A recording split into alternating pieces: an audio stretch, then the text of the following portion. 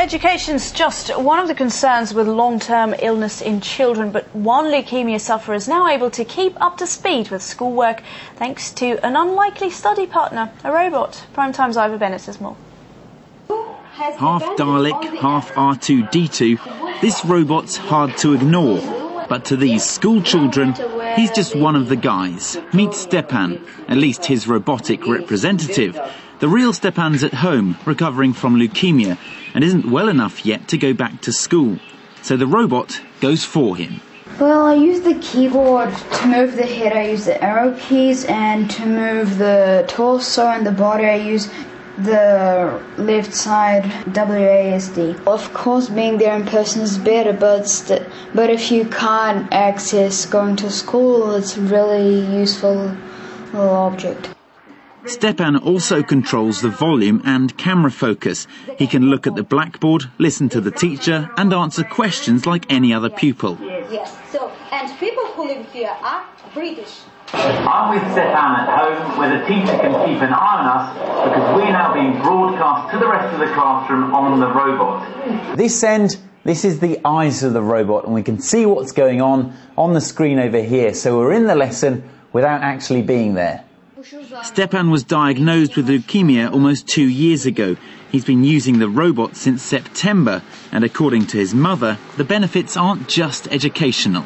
Stepan started communicating to his classmates more since we had the robot. During the breaks, he can talk to them, meet with them. When he stopped going to school, children soon forgot him. But when they see him every day on the screen, it's different. Work began on the robot in 2007 after first testing it as a remote policeman. Modifications like a camera with a 10 times optical zoom made it suitable for housebound school children.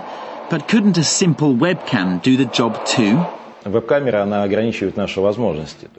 limit our opportunities because we can't change anything in that virtual reality. With a robot, my opportunities are almost unlimited.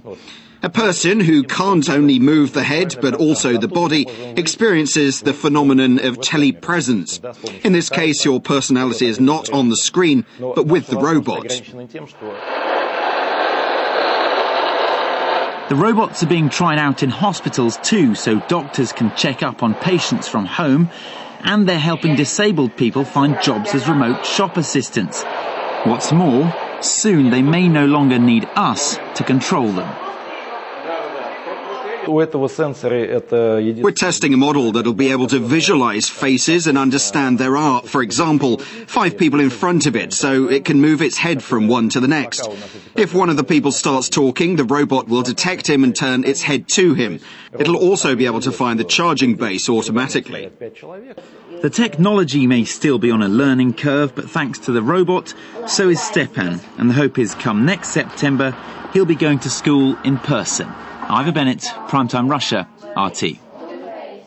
It's kind of like a webcam on wheels, or have I underestimating it? It's definitely not one of the stories where you want to crack a joke, and this isn't exactly very funny, but it looks just like Yeva, the one from WALL-E. The lady robot. Yeah, I know. Well, at least that shows that that film was realistic. But you know, it's cool. I hope it's helping in some way. I mean, it doesn't look like the most high-tech thing, but it seems to be offering some assistance in some way. So let's hope that's the case. Yeah, it's nice.